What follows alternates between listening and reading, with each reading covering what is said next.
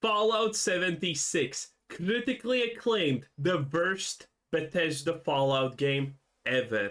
Bethesda Game Studios really is on a roll with Fallout 76. The game has reached over 20 million players in total. Skyline Valley is one of the best expansions the game has ever seen, and Technically, Skyline Valley is the only real expansion this game has honestly ever seen. Technically. And on that note, 20 million players? Okay, very cool. What does it tell you that Fallout 76 had 20 million players and on average only 5k play it? And now with Skyline Valley out, it has gone up to 30k currently, but it has already started dropping. And most likely it will be back to 5k very, very soon and very, very fast. And by the whole grand metric of the world, 5k is actually pretty good. That's true. But by Bethesda standards, 5k is really, really bad on the other hand.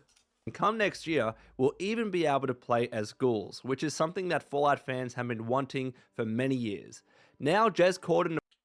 I will admit this, though. Playing as a ghoul is pretty cool. Took them 50 billion years, but hey. Windows Central has interviewed BGS about the future of the game, and many important topics were discussed, including modding, crossplay, nuclear winter, and more. The interview is linked in the description below, but in today's video, I'm going to be breaking it down further. Let's get right into it. First up, Bethesda Game Studios discussed Skyline Valley, which should be live by the time this video goes up. I've spoken about how great Skyline Valley is in my review of the PTS version, especially because it provides us what we've been asking for a while, a map expansion of Appalachia. Specifically, you'll get to explore the Shenandoah National Park, in addition to experiencing a new storyline, side quests, events, campsites, and rewards. It's gonna be great. You have a whopping 1 turkey enemy that's added new. It's amazing. And then there's ghouls, but they explode when they're killed in a very, very poorly made animation.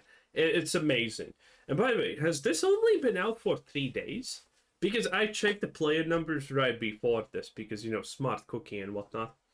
So you're telling me that this thing has been out now for 3 days, technically 3 days only, and it already has experienced roughly almost a third of the player base dropping out?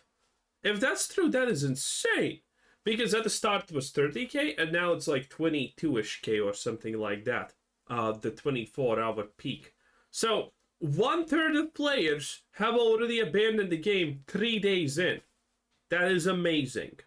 Not only is it the first time that Fallout 76 has ever seen a map expansion, but in the interview, BGS pledged to add even more content to this area in the future. It's exciting to hear that they're absolutely not done with the Skyline Valley region, and especially given the positive reception to this update, I would not be surprised at all if more map expansions were on the horizon. What a crazy creative joke this was. Wow, but this is really trying hard here. Secondly, Jez then asked Bethesda Game Studios about the topic of modding. If you remember, long ago, Todd Howard himself revealed that Fallout 76 would eventually be getting mod support. Specifically in paid mod support, my dear sweet summer child. In an interview with Jeff Keighley back in June 2018, prior to the launch of the game, Todd Howard stated that, quote, "We love mods, and so we are 100% committed to doing that in 76 as well. We will not be able to..." Is this gonna be the same as they love mods in Starfield, but Starfield is the worst moddable game in all of the history of Bethesda because they made it completely modder non-friendly? Is this gonna be the same situation? Do that at launch though.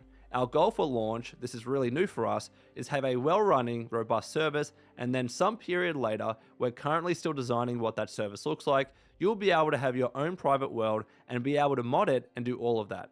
With our games, that's where the long-term life of them really is. Wait, but they already have private worlds. You just need to pay for it. That is trickier when you get into an online world, but we're definitely committed to that. It just won't be at launch. However, now 6 years later...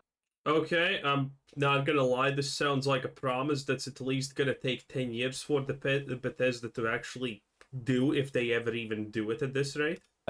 We of course still haven't received official mod support for Fallout 76, and Oh, that was 6 years ago. Okay, so 15 years. Let's put it at 15 years from that point. BGS have largely remained silent on the matter. Well, thanks to Jez Corden, we have a bit more clarity about whether the game will ever get official mod support. After asking whether we could eventually see mod support for Fallout 76, this is what Bethesda Game Studios had to say. We've never really pushed back on players who add UI mods and things like that, but any other mods where you would expect to have a script extender that you often need for single player games, that won't happen with Fallout 76. Being online, we have to protect the integrity of the game to make sure the players aren't injecting code and destroying the balance of the game in some way, shape or form. What do you mean? When the game launched, people were hacking, duping, getting into restricted zones and that's pretty bold coming from Bethesda, who released Fallout 76 in the state it was released at. In public teams, for example, we wanted to make sure that players' mods weren't affected by some of those new features that came in. Even though we don't officially support mods, we're still aware of mods that players are using for UI things. So ultimately, what we gave them with the loadout system and the job board, they had already kind of started to appear in the modding community. They had a way for them to be able to select different loadouts and actually change the parts on the fly. But we kind of gave them that in the game, which is better supported. We did this Kinda gave that in? What do you mean kinda? You did or you did not? There's no kinda here. because if we do any updates, it kind of guarantees that the features will continue to work. But yeah, we don't officially support mods for a lot of different reasons. We try not to break the UI mods, but sometimes it's necessary. So there is your answer. It is definitely looking like Fallout 76 will never be getting official mod support. And I have mixed emotions about this. First, even though Todd himself said that— What kind of mixed emotions can you have? This is only a bad thing. There are no mixed emotions to be had. There is no good in this situation. There is only bad and Todd Howard. the game would get mod support one day, I'm not surprised that it won't anymore. As mentioned, they were so silent on the matter that I had already long felt that they had moved on from the idea. Second of all, even though I'm a little sad that Fallout 76 will never be properly moddable, given the huge potential it would have, I totally get it.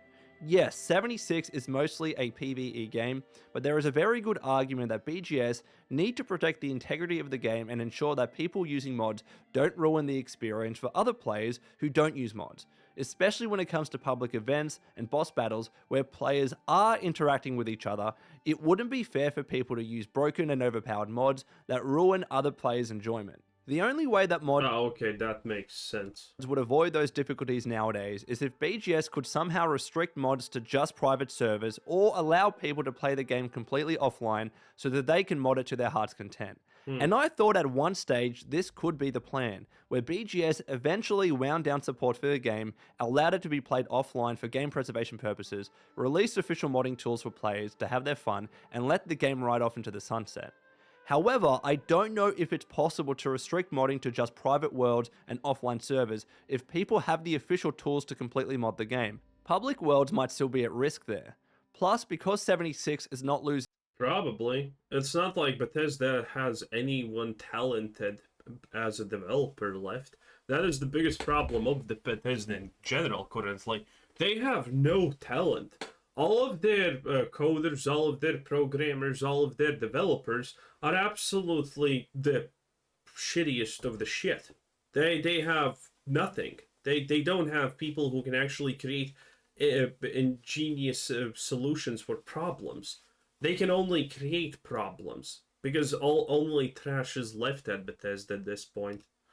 any momentum when it comes to popularity, in fact quite the opposite with player counts increasing, it looks like BGS have other plans for content and the game will likely be supported for many years to come. Maybe an offline mode and modding will happen one day if players are vocal enough, but for now, we have our answer.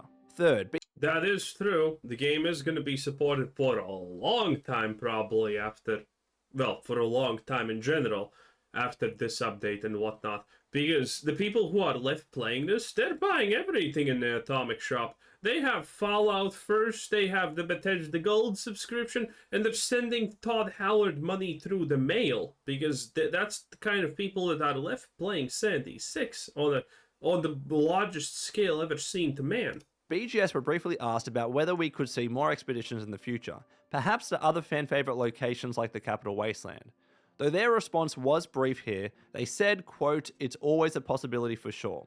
I'm very curious if BGS actually want to do more expeditions. Though Atlantic City was better received. But no one likes the expeditions. They're lame. They're shit. They're complete. They're just a couple of segregated locations. Does anyone even like the expeditions? No, not really. They're kind of dumb. In the pit, and BGS said the content was successful for them, it does feel like players are generally preferring proper map expansions to Appalachia as opposed to expeditions in separate locations.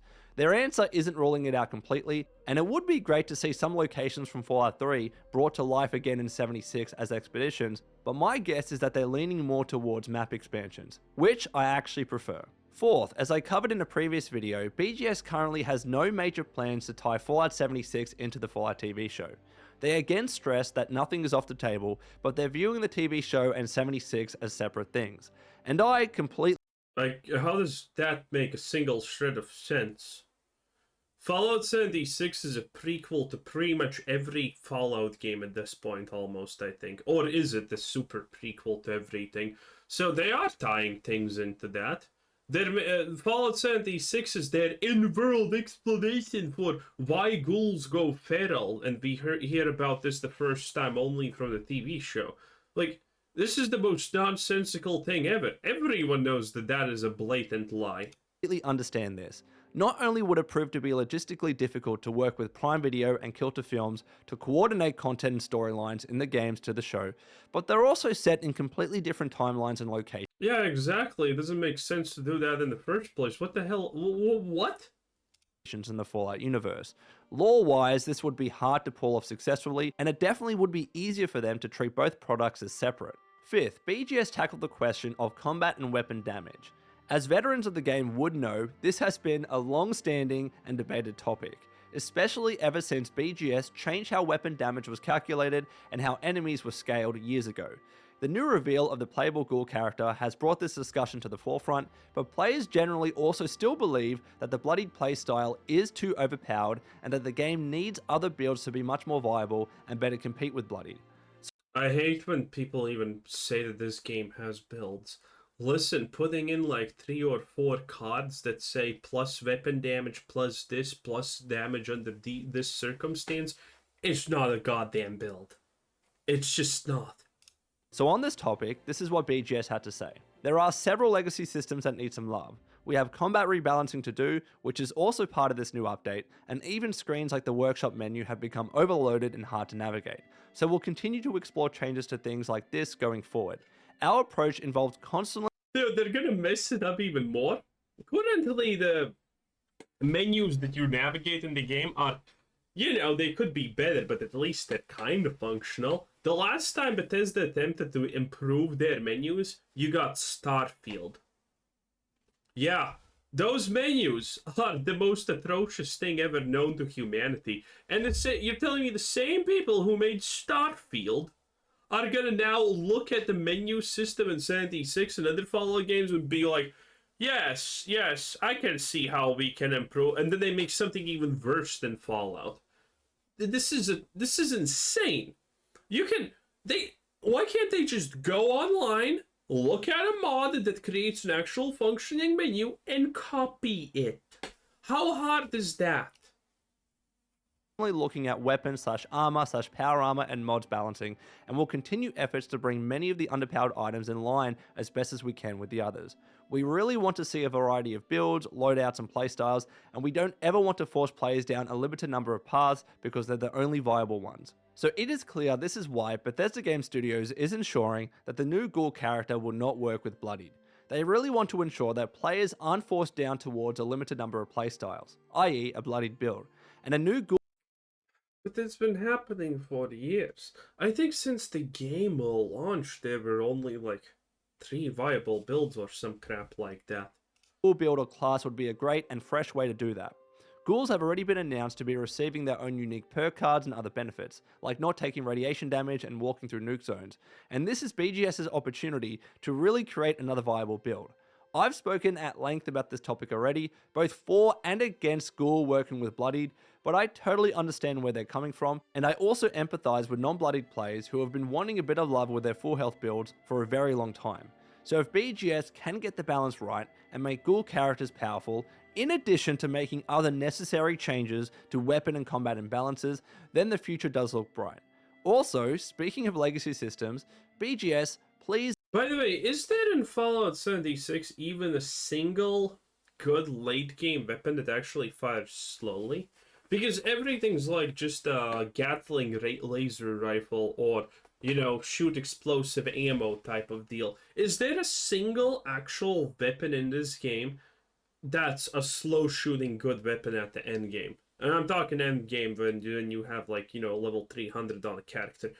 I don't think I have ever seen that even. Please update the ammo converter. Years later, it is still a pain to use. Number 6, Jez Corden asked BGS about both crossplay and cross saves or cross progression. Phil Spencer himself has been very vocal about wanting these features to be in all of Xbox's games, including Fallout 76. So, will they ever be implemented? Well, this is what they had to say. Quote, anything is possible. However, for 76, this is a very heavy technical lift because you're talking about having to adjust for different platform accounts, add-in purchases, platform-specific social systems, and other entitlements. And we feel the time/effort is best spent on content. I won't ever say it's off the table, but this is one of those features that is very complex to add later. So this answer isn't really giving me much confidence that cross saves and crossplay will be coming to 76 anytime soon, which is a shame. Especially for crossplay, it would be amazing to be able to play Fallout 76 with anybody.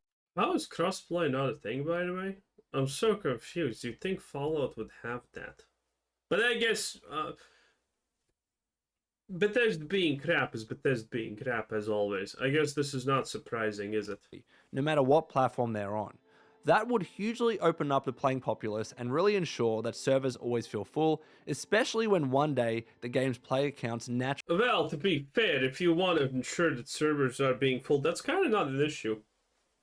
I have, in my time playing Fallout 76, and that is roughly like 50-ish, 40, 50, 60-ish hours, I have not really encountered that problem too much. There's people, but the question is, do you actually want to see people? Yeah, you probably don't if you're a lower level, because that's going to mess up everything because Bethesda's a bunch of idiots. At the start of the game, if you were a low level, you know, and at that bygone era, people started at level 1, not 20. This is how the game worked. If you even remote, listen, this, let's say this is the map. This is how big the map is, right? And you were here, and you were level 10, let's say, and there was a level 50 right here. He would still influence the creatures in your region, and they would now be, well, effectively complete bullet sponges and just kill you. Because that's how the game works. Now, this is better now, but it's still kind of there. It's still kind of there. Actually start to decrease. That happens with almost every game after all, and crossplay would really help with that transition. Cross saves and cross progression would also be an awesome addition to the game as well. Players especially have been asking about transferring their console characters and save files to PC for a very long time, and vice versa, and introducing... No one wants to play on consoles, that's true. But also, the biggest thing here is, well, let's be completely honest here for a second. No one's playing on anything but PC, this garbage dumpster fire. If you think it's bad on PC to navigate these menus and whatnot, dude, it's even worse on consoles. You can get used to it, and then it kind of feels like not a problem. But it is a problem, okay? It's just Bethesda quality. What do you want? This ability to do so seamlessly would be hugely appreciated. However, I do appreciate the realities of these features being a huge technical lift for BGS.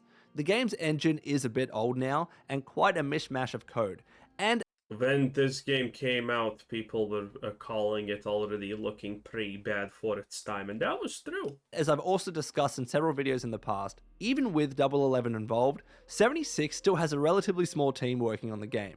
As a result, they have to make hard choices about where they spend their time, and ultimately, content is key and the most important thing. If they simply don't have the resources to make it happen, then it's understandable. Though, if Phil Spencer wants it enough, perhaps he could give the team the resources, money, and stuff they need to make it happen. Let's see. 7th, BGS was asked about whether Fallout 1st private servers would ever become always online, like with Minecraft Realms, where players can host servers and not always need to be online for others to join and play the game. Hmm. Unfortunately, their answer was pretty short and brief about this one. The answer is no. That sounds like wasted development time even for Bethesda. Always Online is not something they've discussed in depth, and there are no plans right now to add it to the game. Again, it's a shame, but there are probably bigger fish to fry for 76. Number 8, Jez. By the way, if you're ever wondering, is it a no or a yes? If you're asking a question about 76 and their answer is not a profound yes, this is gonna happen someday, then the answer is a profound no, this is not happening at all. Important asked about whether Nuclear Winter would ever be brought back to the game. The removal of Nuclear Winter from Fallout 76 has long been a contentious decision, with many players loving the PvP mode and missing its presence in the game. I've lost count as to how many Reddit threads and change.org petitions I've seen asking. That is such a bad choice if they bring it back. Because listen, you need to understand how dying games work, or games that are effectively dead. When a game dies, the only players that are left playing it are the most absolutely dedicated ones. For example, New World. In New World, everyone likes PvP and outpost rushes because, simply put, that's the only in-game activity, in reality, in the game at all. And it's PvP. So, the people left playing Fallout 76, the majority of them definitely want PvP because that's at least something for them to do, and it's different, it adds them options. But the reality is, if they do that, new players are not gonna like it, okay? New players are not gonna like the idea, oh, that I need to grind to level 300, do this, and then maybe we can play the game and do PvP. No one wants PvP to be gatekept by literally $200 of gameplay. And that's why they're never adding PvP in this game. Sure, the people left playing Fallout 76 would love it, and they're probably vocal about it because all that's left in this game is the super hardcore loser fan base. But even Bethesda is not stupid enough to completely destroy any Fallout 76's chances at, being ever played by anyone new. BGS to bring back Nuclear Winter. And again, it's a topic they've remained pretty silent on. Well, we now have an official answer, and this is what they had to say. Quote, it's not 100% off the table, but the engagement is much, much higher on the other game modes, and we went through an extensive sunsetting exercise to get all the rewards moved over to adventure mode. It's currently not on the roadmap to bring back. From my perspective, this answer feels as close to no as possible, and I don't believe we'll ever see Nuclear Winter Again, anything that is not a yes is a flat out no. To return to the game. Now, I personally would. Wait, was Nuclear Winter like the Fortnite shit they added though, maybe? I don't remember, but anyway, there was a point when PvP actually could have been done on the map, and you could kill people. But I guess that's not Nuclear Winter though. I don't know. In any case, this is not happening, and it's a bad idea. Admittedly, Bethesda doesn't really have anything to lose because Fallout 76 has proven that only the people who have played this game for forever and have nothing better to do are only playing it. Everyone else just leaves after a couple of days. Was definitely sad that the mode was removed from Fallout 76. It was a lot of fun. I had some great moments playing it with friends in the community, and it had so much untapped potential, especially if BGS did put more effort into supporting it with new maps and content. Plus, it was also one of those modes that just added further depth to Fallout 76. Sometimes you just don't feel like playing adventure mode, and Nuclear Winter was a nice change of pace every now and again. And yes, for those reasons, I would like it to return. However, like with other topics discussed in this video, I do understand the decision.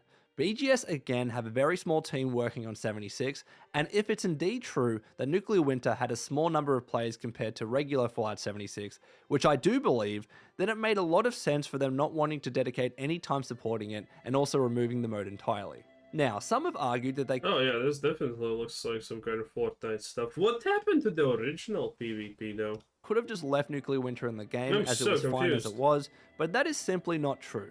Part of the reason for Nuclear Winter's demise is that they didn't support it enough with new content, so many players stopped playing it. Yes, that's of course on BGS themselves, and it caused a self-fulfilling prophecy, but it was still the reality. Like with any battle royale, Nuclear Winter lived or died off the new content added into the mode. Yeah, Pretty much. That is 100% feels like true. Anyway, that was the Lone Vault Wanderer. Hey, yeah. Fallout 76 is never gonna be good. It's never gonna be massively popular. Why do people try? Why do people even call it good? It's not good. 9 out of 10 people agree it's not good. Deal with it.